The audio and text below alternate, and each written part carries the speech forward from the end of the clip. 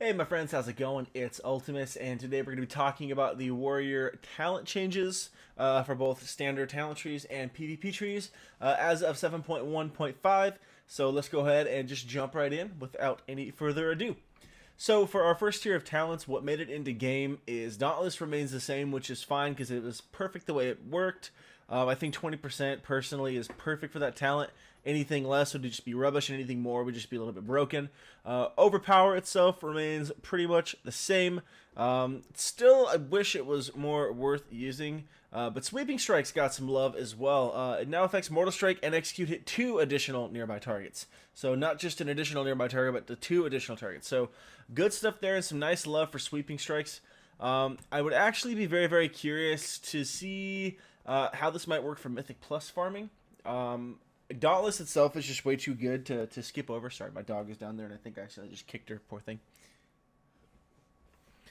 Dauntless is still way too good, especially in combination with anger management or even opportunity strikes and things like that. But sweeping strikes itself, the changes to it and now hitting 2 additional targets definitely make it worth giving a second look at and see how it would play out in either heavy cleave teams, in arenas, or in Mythic Plus farming or big AoE fights.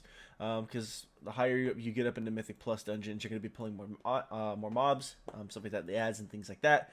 So definitely worth taking a look at.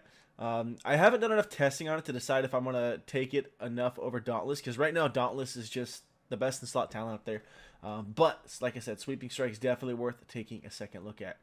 Shockwave got a little bit of a nerf bat. Functions pretty much the same, except the stun is now for 3 seconds instead of 4 seconds. But the cooldown is still reduced by 20 seconds if it strikes at least 3 targets. So that remains the same, still a stun. Baseline 40-second cooldown, but again, only stunning now for 3 seconds as opposed to the 4 seconds. Stormbolt still works exactly the same. Stuns, does a little bit of damage. 4-second stun on Stormbolt, making it pretty valuable still, and a baseline 30-second cooldown. And then double time, still pretty much the same. And it's pretty much my go-to PvE talent, honestly, and even in PvP as well, to be completely honest. The mobility that it gives us is just way too good, so I have a hard time justifying using anything else right now, which is unfortunate because I do miss having a stun in my rotation. Fervor of Battle got buffed up to 45%, up from the original 30, and of course that's just to deal with everyone's gear scaling up and things like that. But it's also kind of cool. I definitely want to test this out a little bit more, because as of right now I'm still using Slam as my main filler, more or less, on single targets, and then Whirlwind on anything 3 targets or higher. But if the initial target takes 45% damage more from Whirlwind, it might be worth it because, well, Slam's still cheaper, actually. 16 Rage as opposed to 20. Well, let's see. I want to do more testing on that one as well to figure out which one is better as far as whether I should still be using Slam or taking Fervor Battle. Because unfortunately that would mean having to trade off from Avatar, and Avatar is still very, very good. Avatar still functions the same, 1.5 minute cooldown. 20% extra damage for 20 seconds, and it removes all roots and snares. So great defensive and offensive utility. Rend got a buff though, which is kind of cool. Rend now instantly causes 36,588 bleed damage and an additional 189,385 over 15 seconds. And of course that is affected by your weapon, things like that. 8 Rage, not bad at all. I do miss having bleeds on the target, so I'll be curious if this actually works out at all. But just the utility of Avatar makes it way too valuable just to switch off to these, just kind of haphazardly. So I really want to do some testing and actually figure out what would be better for in the long run for DPS. Because this lined up, of course, with your Battle Cry is just brutal. But there is some nice love that was given to our 45 tier as well, so we'll see if any of these take precedence over Avatar. Second Wind reports 6% health every 1 second when you have not taken damage for 5 seconds. Still hate the talent, not gonna lie. I mean, it's good for like old raid farming and stuff like that, less downtime whenever, so you don't have to stop and eat all the time. So it's good for like soloing old dungeons and things like that. But for PvP and PvE, Bounding Stride and Defensive Stance are still the go-to talents. Bounding Stride still functions pretty much the same. Reduces the cooldown by 15 seconds, and it now also increases your speed by 70% for 3 seconds. So some old school talents, and even what's the word I'm looking for? Glyphs and or set bonuses all basically rolled into a current talent still. And then we have Defensive Stance, which functions pretty much the same. Reduces all damage you take by 20%, and all damage you deal is reduced by 10% until it's canceled. So still the go-to PvP talent, just baseline reduction of damage taken, which is good, and Bounding Stride is still your go-to PvE talent, just for mobility and being able to jump out, charge back in to generate rage whenever you need it. And for the curl, Mortal Strike refunds 30 rage when used against targets that are below 20% health. Mortal Combo still is the same. Mortal Strike now is a maximum of 2 charges, and a Focused Rage is nice. Best part about it, of course, is that it is unaffected by the global cooldown, and it's really good to line up in those battle cries whenever you've got that set up. So this tends to still be my go-to PvE talent, whereas Mortal Kombat will be my go-to PvP talent. Although Focused Rage has been seeing some play in PvP as well, and depending on what comps you're playing with, or if we're doing 2s or 3s, there's some value to it, I personally think. So definitely worth checking out. But Focused Rage for sure in PvE, hands down. Now, this is where things get interesting, because Deadly Calm is still a very, very good talent. Battle Cry also reduces the rage cost of your abilities by 100% for the duration. So, again, basically, what, 5 seconds? Yeah, 5 seconds. You know, all your abilities cost nothing. Killer, especially when you're in execute phase, just perfect. Trauma is still really, really good. I just wish that there was more of an excuse and reason to play with it, so it doesn't see as much attention as these other two, especially now that Titanic Might has been buffed. No longer reducing the effectiveness of Colossus Smash, just flat out increasing the duration. I messed around with this early expansion by the advice of one of the viewers, one of you guys, and it ended up being a lot of fun in BGs, and not as bad as people made it out to sound. But I can see this getting a lot more playtime now. This definitely is worth taking a second look at as we're at this point in the expansion, especially in PvP, but also in PvE as well. I really want to mess around with it and see if I've noticed a change in my DPS. Is it going to be that big of a deal? We'll have to see, because if I'm not having a hard time with rage generation, then Deadly Calm is kind of moot. Like, it almost doesn't matter. It's definitely your safety net talent. Like, it's the sweet, I can always do stuff when I'm bursting. Like, the nice thing about Deadly Calm is you're guaranteed abilities to burst with. It's not like, crap, I lined my burst up wrong, now I have nothing to hit with. Beautiful thing about Deadly Calm, no matter what, during that 5-second window, you've got crap to do. So that's really nice. Like, it's definitely, it's not even a safety net. It's like, it's just handing, you know, damage to you on a silver platter, basically. Which is really, really nice. But if gameplay could get a little more intricate and detailed, that'd be kind of cool, especially now with Titanic Might. So again, if all of a sudden my duration of Colossus Smash is increased by 16 seconds, that's huge. So what's the duration now? Freaking 24 seconds. So that's what, 40 seconds? Jeez, a 40-second duration, you know, Colossus Smash. Now, that would have to affect your Warbreaker as well. Yeah, so that's even so applied with that. That gives a lot of value to that talent, and so I'm definitely going to be taking a look at that myself. If nothing else, again, for BGs, whether or not it'll see much playtime in arenas, who knows. I could see it having some playtime in Mythic Pluses and PvE as well, especially, again, on those big DPS fights, dropping down the Warbreaker, popping some cooldowns still, and then just popping Bladestorm. You know, profit. So we'll see. Anger Management, still my go-to talent for PvE. Opportunity Strikes is still my go-to talent for PvP. And then Ravager really doesn't see much playtime for me because it replaces Bladestorm, and that's just not fun at all.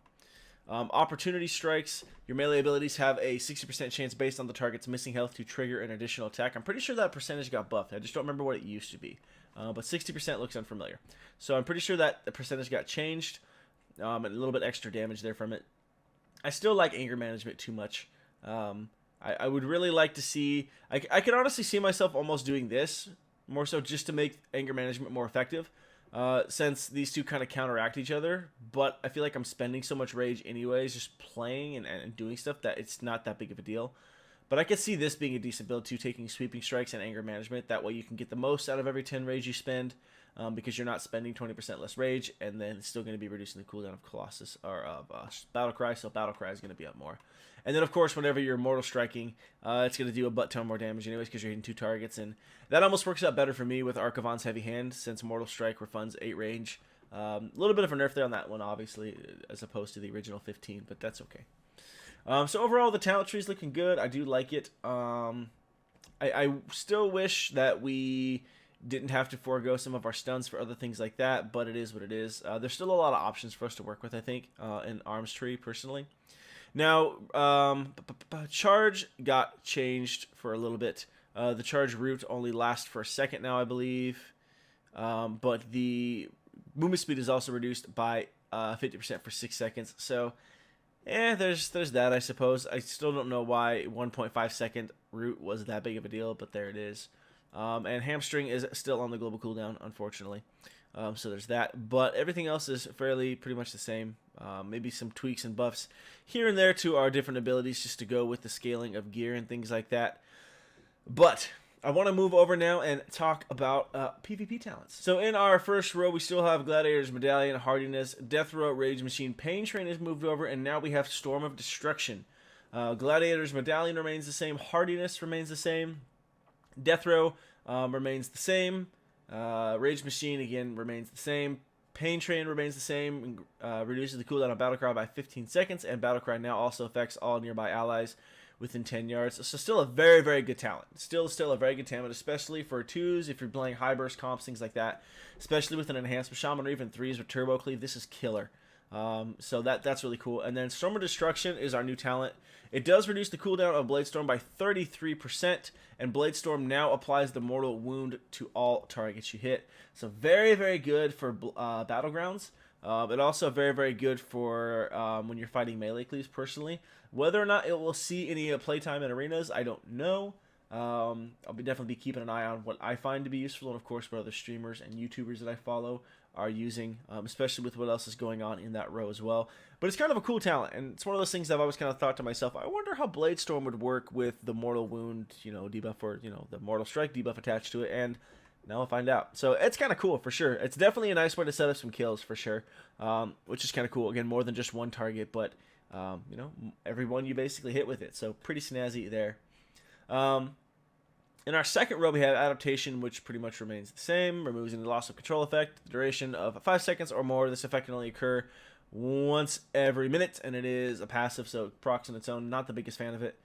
Reinforced armor stays the same, health increased by 10%. Disarm is back though for us. It is on a 30-second cooldown, and it disarms the enemy's weapon and shield for 8 seconds. Disarmed creatures deal significantly reduced damage, so you can reduce disarmed creatures, which is kind of nice. So it's still effective, and it actually might even be strategic to use on a Beast Mastery Hunter, depending on, again, what they're doing with their pets. So that's kind of cool. Maybe to counter Bestial Wrath, we'll have to see. Again, some testing will be required, but it's nice to see it back. It'll be cool to use it and see if we can set it up to where we're able to shut down some burst. I'm sure disarming will remove the ability to use artifact weapon abilities. So like if another warrior disarmed me, I wouldn't be able to use Warbreaker. That's just my best guess.